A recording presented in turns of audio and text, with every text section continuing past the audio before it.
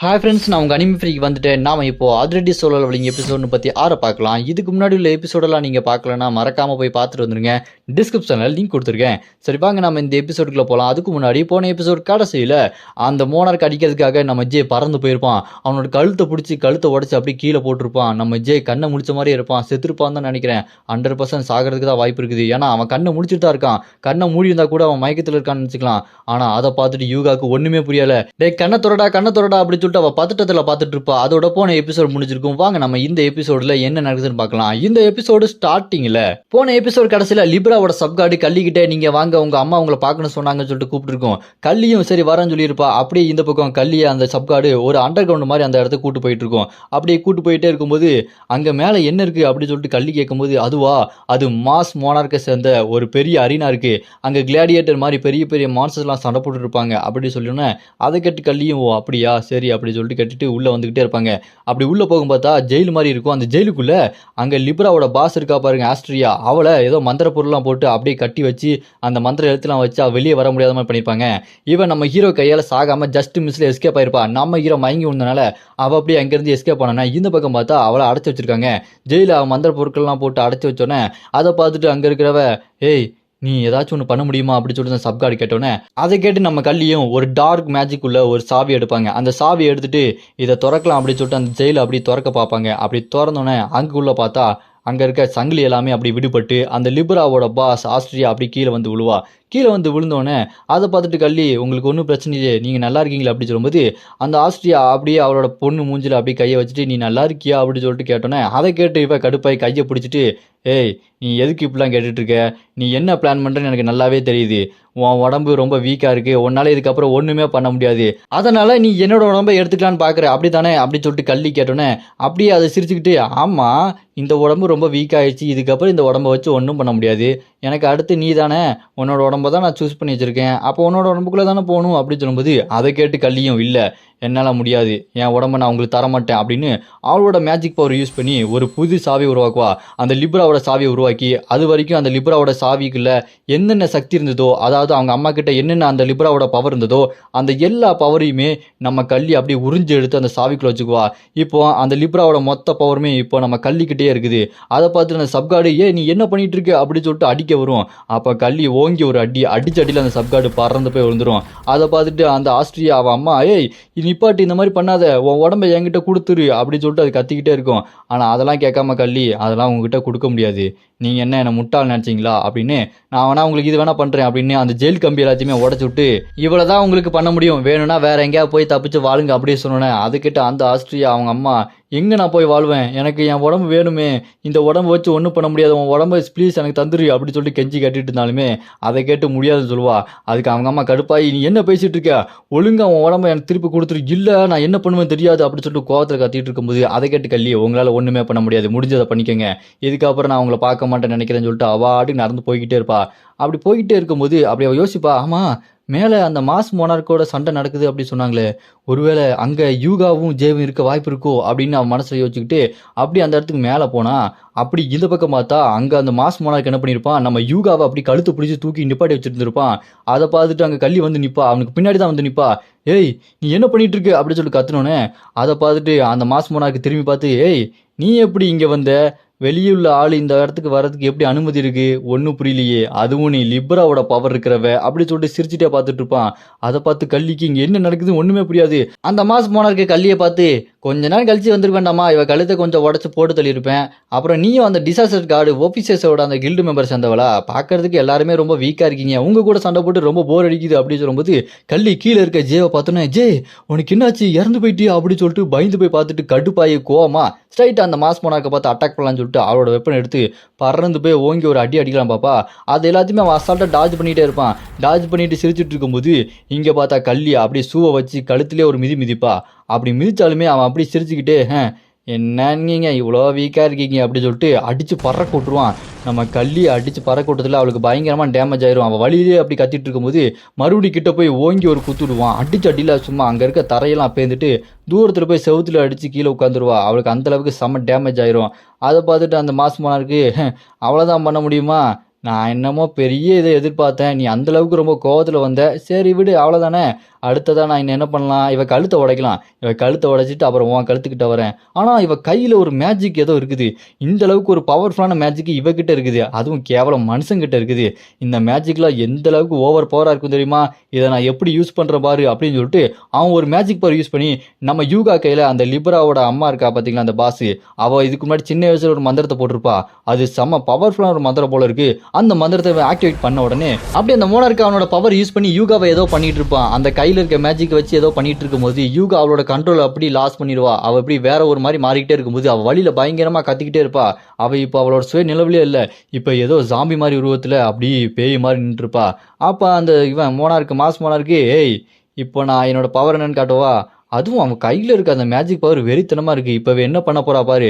ஏய் போய் அவளை கடிச்சு கொதறு அப்படி சொன்னோன்னே அதை கேட்டு யூகா அவன் பேச்ச கேட்டு அப்படி வேற மாதிரி ஜாம்பி மாதிரி அப்படி வேகமா கடிக்கிறதுக்கு ஓடி போயிட்டு இருப்பா. அப்படி அவ கிட்ட போனோன்னே அதை பார்த்துட்டு கள்ளி, ஏ நில்லு நில்லு என்ன பண்ணிட்டு இருக்கு அப்படின்னு சொல்லும்போது செம ஸ்பீடா ஓடி வந்து அடிப்பா பாருங்க. Just miss. அங்க கள்ளி அங்கேருந்து ஜஸ்ட் எஸ்கேப் ஆயிடுவா. அப்படி எஸ்கேப் ஆயிட்டு ஓடும்போது மறுபடியும் கள்ளி அப்படி பிடிக்கலாம்னு சொல்லிட்டு நேருக்கு நேரம் வரும்போது அதை பார்த்துட்டு கள்ளி என்ன பண்றது தெரியலையே அப்படின்னு சொல்லிட்டு பாப்பா. உடனே அங்க யூகா அவ மூஞ்ச பிடிச்சி தரையிலேயே ஒரு அடி அடிச்சோன்னா அதை பார்த்துட்டு இந்த மோனார்க்கு பரவாயில்லையே உன் பவர் வெறித்தனமா இருக்கு அப்படி சொல்லி சிரிச்சிட்டு இருப்பான். இங்க நம்ம யூகாவை கள்ளி, ஏய் சொன்னா கேளு நான் யாரும் தெரியலையா நிப்பாட்டு நிப்பாட்டு அப்படி சொன்னாலுமே யூகா சுயநிலவே இல்லாம மறுபடியும் அவளை கடிக்கலாம்னு சொல்லிட்டு கிட்ட வந்துகிட்டே இருப்பா. அப்ப அவ உடனே என்ன பண்ணுவா? கள்ளி அந்த லிப்ராவோட பவர் இருக்கிற சாவி எடுப்பா. சாவி எடுத்துட்டு அந்த லிப்ராவோட பவரான அந்த சங்கிலி அதை வச்சு அங்க இருக்க எல்லாத்தையுமே கட்டி மேல தூக்கிடுவா. அதை பார்த்து அந்த ஆடியன்ஸும் சரி இங்க அந்த மோனார்க்கும் சரி, இது எப்படி இந்த பவர் எப்படி இவகிட்டு இருக்கு, லிப்ராவோட பவர் இவகிட்டு இருக்க வாய்ப்பே இல்லையே அப்படின்னு சொல்லும்போது லிப்ரா அந்த தூளாமராசி பவர் மூலமா அங்க இருக்க எல்லாத்தையுமே கட்டி மேல பாதுகாப்பா தூக்கி வச்சிருவா. அப்ப அந்த மோனார்க்கு கள்ளியை பார்த்து, எனக்கு ஒரு விஷயம் சுத்தமா புரியல. நீ அந்த டிசாஸ்டர் கார்டு ஓபிசஸ் கார்டோட சர்வெண்ட், அப்படி இருக்கும்போது நீ லிப்ரா கார்டோட பவர்லாம் இந்த மாதிரி யூஸ் பண்றியா? எனக்கு ரொம்ப குழப்பமா இருக்குது. ஆனால் இதை சீக்கிரமாக முடிச்சுட்டு போகலாமா? எனக்கு ரொம்ப லேட் ஆகிற மாதிரி இருக்குது. உங்களை அப்படி துடிக்க வச்சு கொல்ல போகிறேன், உங்களோட கதையை முடிக்க போகிறேன் அப்படின்னு சொல்லும்போது அதை கேட்டு கள்ளி சிரிச்சுக்கிட்டு, நீ என்ன பேசிகிட்டு இருக்கிற? ஓபிசஸ் கார்டு எங்களோட லியோவை பற்றி உனக்கு தெரியுமா? அவர் இங்கே கூப்பிட்டா, அதாவது அவர் தான் என்னோட அப்பா, எங்கள் அப்பா இங்கே வந்தாருன்னா அப்படின்னு சொல்லிட்டு வெளிப்படையா லியோ தான் அப்பான்ற மாதிரி சொல்லிட்டு இருப்பா. எங்கள் அப்பா இங்கே வந்தாரு உன் கதை முடிஞ்சிடும் அப்படி சொல்லிட்டே இருக்கும்போது அதை கேட்டு கடுப்பாயி, என்ன புது கதையா அப்பா கிப்பாங்கிற? இப்போ என்னோட அத்தாரிட்டி ஆஃப் ஆம்பிளிஃபைட் அந்த பவர் யூஸ் பண்ணி உன்னை என்ன பண்ற பாரு, நீ வாழ்நாள் முழுக்க இந்த மாதிரியான ஒரு வழியை அனுபவிச்சிருக்கே மாட்டேன் அப்படின்னு சொல்லிட்டு அங்க நம்ம கள்ளி அட்டாக் பண்றதுக்காக கையை முடிக்கிட்டு நேரா மூஞ்சுக்கிட்ட குத்த வருவான். அதை பார்த்துட்டு கள்ளி, நான் எப்படியாச்சும் எங்கள் அப்பாவை இங்கே கூட்டு வருவேன் அப்படி சொல்லிட்டு கத்திக்கிட்டே இருக்கும்போது திடீர்னு பார்த்தா அங்கே ஒரு கை வரும். கை வந்து குறுக்க அப்படி நிப்பாட்டும். அப்படி குறுக்க நிப்பாட்ட அந்த கையை அந்த மோனார்க்கு குத்துவான். அதை பார்த்துட்டு கள்ளி, யார் இது அப்படி சொல்லி திரும்பி பார்த்துட்டு இருப்பா. அந்த மோனார்க்கும் என்னடா இது ஏதோ ஒரு மனுஷன் கை குறுக்க வந்து நிற்குது அப்படி சொல்லி பார்த்துட்டு இருக்கும்போது வேற யாரு, சும்மா வெறித்தனமான மாசா நம்ம ஹீரோ குறுக்க வந்து நிப்பார் பாருங்க கையை வச்சுக்கிட்டு. சும்மா ஹீரோ என்ட்ரினா தாங்க ஹீரோ என்ட்ரி, செம்மையா இருந்துச்சு இந்த என்ட்ரியே. நம்ம ஹீரோ குறுக்க கையை விட்டு அப்படியே திரும்பி பார்த்து, டேய் உங்ககிட்ட இருக்கிற பவர் எல்லாம் இவ்வளோதானா அப்படி சொல்லிட்டு செம்ம மாசா கேப்பாரு பாருங்க. அப்புறம் நம்ம ஹீரோ அவனோட கையை பிடிச்சி அப்படி பிச்சு எரிஞ்சிருவாரு. அதுல அவன் கை கொலகுலன்னு பிஞ்சு போயிடும். அதை பார்த்துட்டு கள்ளி, அப்பா அப்படி சொல்லி கத்திட்டு, ஐயோ இல்ல இல்ல லியோ அங்கிள் அப்படி சொல்லி சமாளிச்சிருவா. நம்ம ஹீரோ அவனோட கையை ஏதோ மிக்சியில் மாட்டின மாதிரி துண்டு துண்டா சத்திர அடிச்சுட்டு சும்மா கெத்தா நிப்பாரு. அதை பார்த்துட்டு, லியோ நீ எப்படி இங்கே வந்த? நீ தான் டிசாஸ்டர் கார்டு ஓபிசஸ் கார்டு நீ தானே அப்படி சொல்லும்போது அதை கேட்டு நம்ம ஹீரோ, என்ன பார்க்குற எல்லாருமே டிசாஸ்டர் கார்டு தான் சொல்கிறாங்க, ஆனால் எனக்கு இந்த பட்ட பேர்லாம் கொஞ்சம் கூட இன்ட்ரெஸ்டே இல்லை அப்படி சொல்லிட்டு கெத்தாக சொல்லிட்டு இருப்பாரு. அதை பார்த்துட்டு அவன், ஏலியோ அப்படி சொல்லி கோபப்பட்டுக்கிட்டு, நீ எதுக்காக இங்கே வந்த? நீங்கள் வர்றதுக்கு எந்த ஒரு அனுமதியும் இல்லையே, நீங்கள் வர்றதுக்கு சாத்தியமே இல்லையே அப்படி சொல்லும்போது அதை கேட்டு நம்ம ஹீரோ, உனக்கு அதை நினச்சி ரொம்ப க்யூரியஸாக இருக்கா நான் இங்கே எப்படி வந்தேன்னு? அது நான் எப்படி வந்தேன்னா இங்கே பாரு அப்படின்னு போர்ட்டல் ஓப்பன் பண்ணி, இவனுக்கு தான் நான் நன்றி சொல்லணும் அப்படின்னு தூக்கி வீசுவார். யாருன்னு பார்த்தா அந்த மான்மண்டைன்னு தான் அப்படி பாதியாக உடம்ப பிச்சு அப்படி தூக்கி வீசியிருப்பாங்க. அதை பார்த்துட்டு அந்த மோனார்க்கு, சே இவனால தான் எல்லாம் வந்துச்சா அப்படி சொல்லிட்டு முறைச்சி பார்த்துக்கிட்டு இந்த பக்கம் பார்த்தா அந்த ஆடியன்ஸ் மான்ஸ்டர்லாம், ஏய் நீ எப்படிடா இங்கே வந்த, இங்கே பாருங்க மோனார்க்கு, அவனை கொல்லுங்க அப்படி சொல்லிட்டு கத்திட்டு இருக்குங்க. அப்போ நம்ம ஹீரோ அவனை பார்த்து, டேய் இப்போ இது என்னோட டர்ன், நான் கேட்குற கேள்விக்கு ஒழுங்கா பதில் சொல்லு. டேய், நீ எதுக்காக என்னோட ஃபேமிலி மெம்பர்ஸ் கடையில் இருந்த கஸ்டமர்ஸ் எல்லாத்தையுமே கடத்திட்டு வந்த? இப்போ அவங்க எங்கே இருக்காங்க அப்படின்னு கேட்ட உடனே அது கேட்டு அந்த மோனாருக்கும் கொஞ்சம் மேலே பாரு அப்படின்னு சொன்னோன்னே நம்ம ஹீரோவும் மேலே பார்த்தா துலாம் ராசி பாரு மூலமாக அவங்க எல்லாத்தையுமே கட்டி போட்டு வச்சிருப்பா. நம்ம ஹீரோவும் ஓ இது எப்படி நடந்துச்சு, இந்த சக்தி எப்படி அப்படி சொல்லிட்டு நம்ம ஹீரோ பார்த்துட்டு இருக்கும்போது அதை பார்த்துட்டு அந்த மோனாருக்கும் என்னப்பா ரொம்ப அப்செட்டாக இருக்க போல, கடுப்பாயிட்டியா?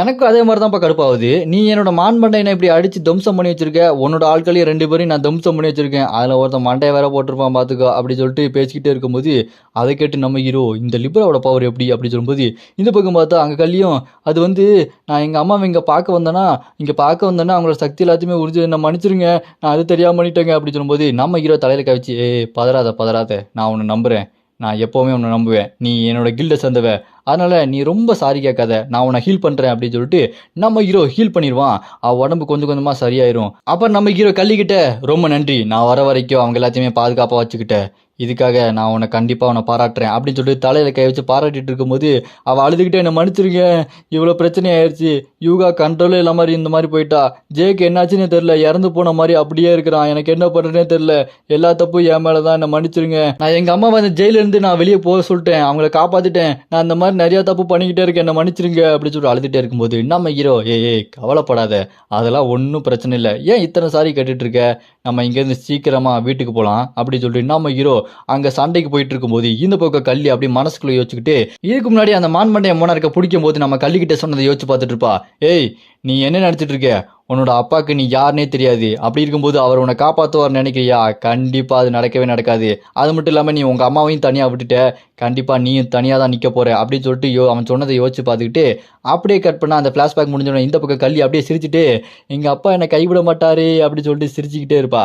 அப்படி இந்த பக்கம் நம்ம ஹீரோ அவங்ககிட்ட அந்த மோனார்கிட்ட போய் கொஞ்சம் மன்னிச்சிரு, நான் அங்கே தனியாக பேசிட்டு இருந்தேன், லேட் ஆயிடுச்சு, சரி நீ தானே அந்த மோனார்க் ஆஃப் மாசு கரெக்டு தானே, அப்படி இருக்கும்போது நீ எதுக்குடா இந்த மாதிரி குழப்பத்தை உருவாக்கிட்டு இருக்கிற, இதுக்கு எல்லாத்துக்குமே நீ தான் ரெஸ்பான்சிபிலிட்டி எடுத்துக்கணும் அப்படின்னு சொல்லிட்டு நம்ம ஹீரோ அவன்கிட்ட பேசிகிட்டே இருக்கும்போது அதை கேட்டு அந்த மோனார்க்கு ஒரு நிமிஷம் உன்னை பார்த்தா எனக்கு ஏதோ ஒரு மெமரி அப்படி திரும்ப வந்துட்டு இருக்கு, அது எப்போ ஒரு 20 வருஷம் 30 வருஷம் முன்னாடியா அப்படி சொல்லும்போது அதை கேட்டு நம்ம ஹீரோ என்னடா சம்மந்தம்லாம் பேசிகிட்டு இருக்க அப்படி சொல்லும்போது அதுக்கு அந்த மோனார்க்கு இருப்பா எனக்கு ஏதோ ஞாபகம் வருது, ஒரு 20-30 வருஷத்துக்கு முன்னாடி கடவுளெல்லாம் ஒன்றா சேர்ந்து ஒரு மான்ஸ்டர் அடிக்கிறதுக்கு போயிட்டு இருந்தாங்க, அப்படி இருக்கும்போது ஆமாம் அந்த டைம் மோனார்க்கு உன் சிட்டியை நாசம் பண்ணா நீ அங்கே உட்காந்து சின்ன பையனா இருந்தியே ஓன்னு அழுதுட்டு இருந்தியே, ஆமாம் அது நீ தானே, அடக்க அளவுலே அவனானா நீ சின்ன பையனா இருந்து அழுதுட்டு இருந்திய, பார்க்கவே பாவமாக இருந்தது, ஐயோ என்னை காப்பாத்துக்கே அப்படின்னு சொல்லி கதறிட்டு இருந்த பொடி பையில அப்படின்னு சொல்லிட்டு நம்ம ஹீரோவை நக்கல் பண்ணிடுவான். அதை கேட்டு நம்ம ஹீரோ செம்ம கடுப்பாயிருவாரு.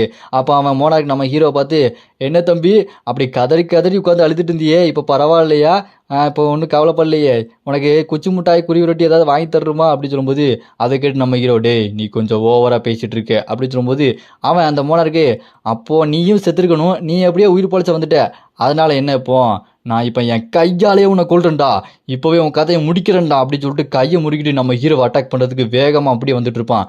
நம்ம ஹீரோ அப்படி சும்மா செம மாசம் நின்றுக்கிட்டே இருப்பார். அப்படி அவன் அட்டாக் பண்ண வரும்போது நம்ம ஹீரோ திரும்ப ஒரு அடி பாருங்க, சும்மா பயங்கரமான அடித்து அடியை பார்த்துட்டு அங்கே இருக்க மான்ஸ்டர் ஆடியன்ஸ் எல்லாம் என்னடா இது இப்படி அடிக்கிறான் அப்படின்னு சொல்லிட்டு அப்படியே முடிச்சுட்டு இருப்பானுங்க. அதை பார்த்துட்டு நம்ம கல்லியும் இவர் எப்படி இந்த மாதிரி மோனார்க் எல்லாத்தையுமே அடிக்கிறாரு அப்படின்னு சொல்லிட்டு பார்த்துட்டு இருப்பான். அப்போ நம்ம ஹீரோ தலையில் கை வச்சுட்டு செம்ம டென்ஷனாக உட்கார மாறுவான். அப்படியே அவன் வெறியில் சொல்லிட்டு இருப்பான் பாருங்க, என்னோட அப்பா என்னோட அம்மா ஃபேமிலி இவங்க எல்லாருமே கொண்டது நீங்கள் தான், இது எல்லாமே கோ இன்சிடென்ஸாக நடந்ததுக்கு வாய்ப்பே இல்லை, நீங்கள் எல்லாமே பிளான் பண்ணி ஏதோ ஒன்று காரணத்துக்காக அதெல்லாம் பண்ணியிருக்கீங்க, உங்கள் ஒவ்வொருத்தையும் விட மாட்டேன்டா, உங்களை சும்மா பிச்சு சத்திர அடிச்சுட்டு கொடூரமாக கொல்ல போகிறேன்டா, நீங்கள் காத்தா கரையிற வரைக்கும் உங்கள் கொண்டுக்கிட்டே இருப்பேன்டா அப்படின்னு சொல்லிட்டு நம்ம ஹீரோ ரொம்ப கோபமாக பேசுவார். இதோட இந்த எபிசோட் இங்கே முடியுது. இதுக்கப்புறம் என்ன நடக்க போகுது அப்படின்றத நம்ம அடுத்தடுத்த எபிசோடில் பார்க்கலாம். உங்களுக்கு அடுத்த எபிசோட பார்க்கணும் அப்படின்னு நினச்சிங்கன்னா மறக்காம கமெண்ட்ல அப்படின்னு கமெண்ட் பண்ணுங்க. இந்த வீடியோ பிடிச்சா மறக்காம லைக் பண்ணி சப்போர்ட் பண்ணுங்க.